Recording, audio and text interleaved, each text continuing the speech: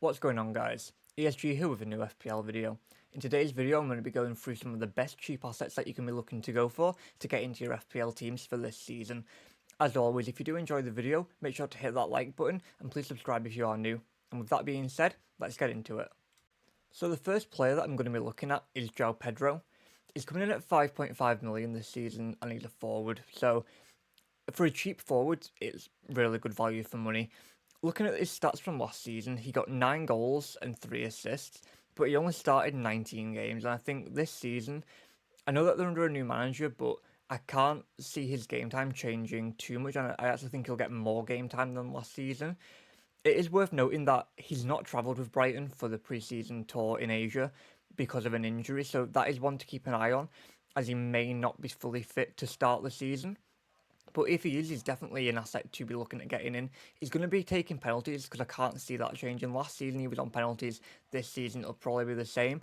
So he's a penalty taker for Brighton, and at 5.5, I don't think you can really go wrong. Looking at the fixtures that they have, they've got Everton away first game, which could be a tricky one. Man United at home for the next game, which, again, it could be tricky, but he could also get a goal or two. Arsenal away is the hardest fixture that I can't see him doing much in that game. But then from week 4, he's got Ipswich and Nottingham Forest, which are two really good fixtures, especially at home. So getting João Pedro in for week 4 and 5 may be worth going for. But there is Armstrong for the same price as well, who's also on penalties, and his fixtures are roughly the same. So out of them two, it is a toss-up, but I would personally go for Pedro more. So the next two players that I wanted to touch on are both from Chelsea, and it's Robert Sanchez and Christopher Nkunku.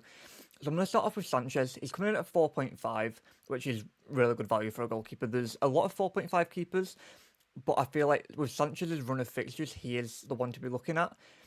From stuff that we're seeing recently, Sanchez is going to be that starting keeper for Chelsea. Even though they are bringing in a new keeper, it is still looking like Sanchez is going to be that number one for this season. So with the run of fixtures that they have, I think he is definitely worth looking at, especially for 4.5. If we look at the games, they've got Man City at home first game, which is a really difficult fixture, but then Wolves away, Crystal Palace at home, Bournemouth away and West Ham away. And then even after that, going up to game week 8 or 9, the fixtures are really nice for Chelsea. So I think having that Chelsea goalkeeper, or at least a defender, might be worth it. Then looking at Christopher Nkunku, coming in at 6.5 this season, and he's a position change. So last season he was a forward and 7.5, and picked up that really bad injury, and he was out for most of the season. He only started 2 games, and in those 2 games he got 3 goals, which was really good to see. And with him being a midfielder this season at 6.5, I think that's really good value. I've put a thing up of his stats from when he was at Leipzig, because we don't really have too much from him at Chelsea. But in his last season at Leipzig, he played 25 games and started 20.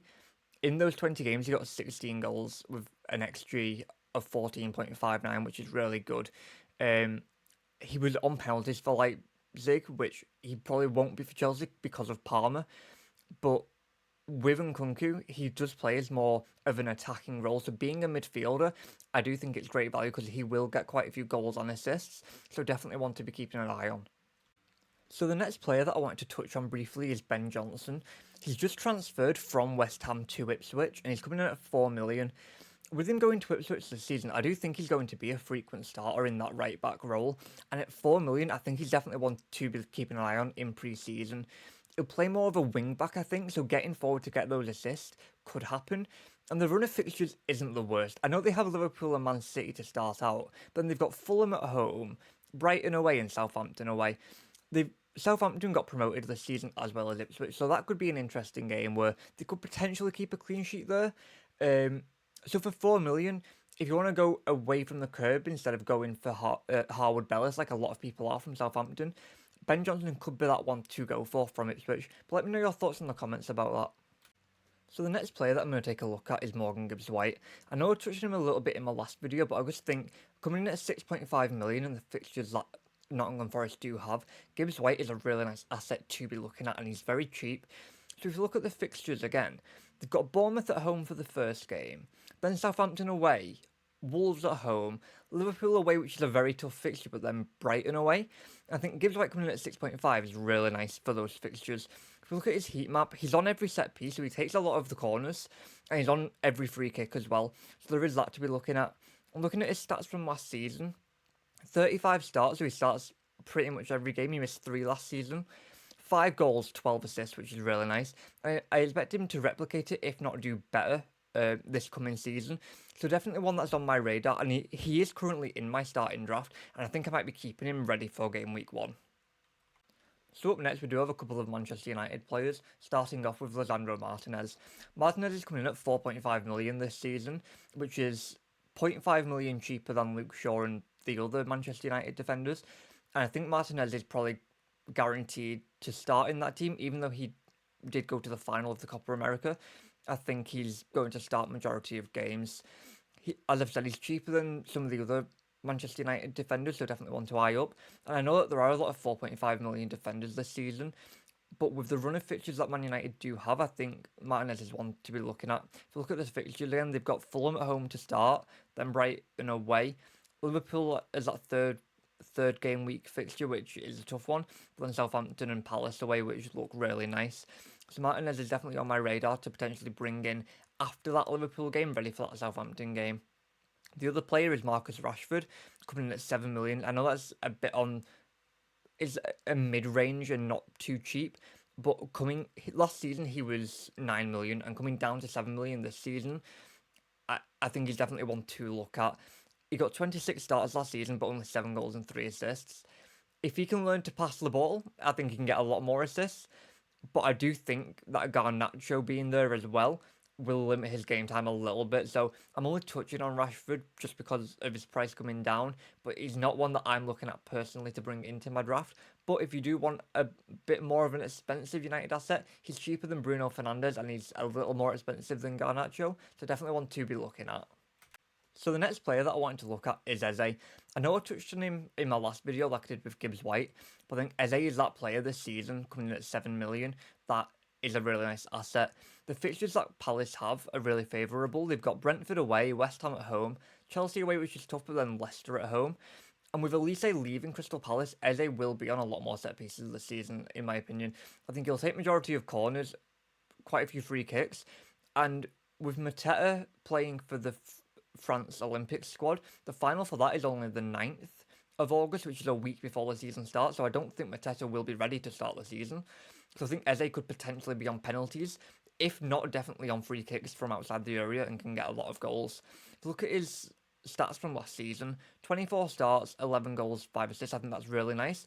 I think this season he'll start a lot more games than he did last season, so that could increase dramatically, especially, like I said, with Elise leaving, he'll be stepping into it a lot more. So 100% one to be keeping an eye on. But I want your thoughts in the comments. What do you think about Eze? If you had to choose between Eze and Gibbs White, which one would you go for and why? So the final player that I wanted to touch on today is Maniz from Fulham. If we look at the fixtures that Fulham have, they've got Man United away for that first game, which is it's a tricky one. But then Leicester at home, Ipswich away, West Ham at home, and Newcastle at home. That Newcastle at home one might be a bit difficult, but those three in the middle are really nice. If you look at Maniz's stats from last season, he got 18 starts, 9 goals and 2 assists. I think this season he'll start a lot more games than he did last season, and from game week 1 to the end of the season, he should be that starting striker.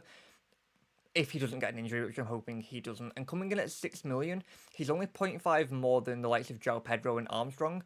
And if Maniz, if he's on penalties, which he might not be, nobody really knows yet, but if he is, he's definitely one to be keeping an eye on at 6 million.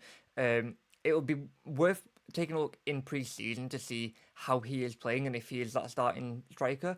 But if he is, he's definitely one to be keeping an eye on. So there we have it, guys. They're just a few of the cheaper assets in FPL this season to be keeping an eye on in pre-season. So I want your thoughts in the comments. What do you think of those players that we've been through today? Is there any of them that are locked into your initial draft so far?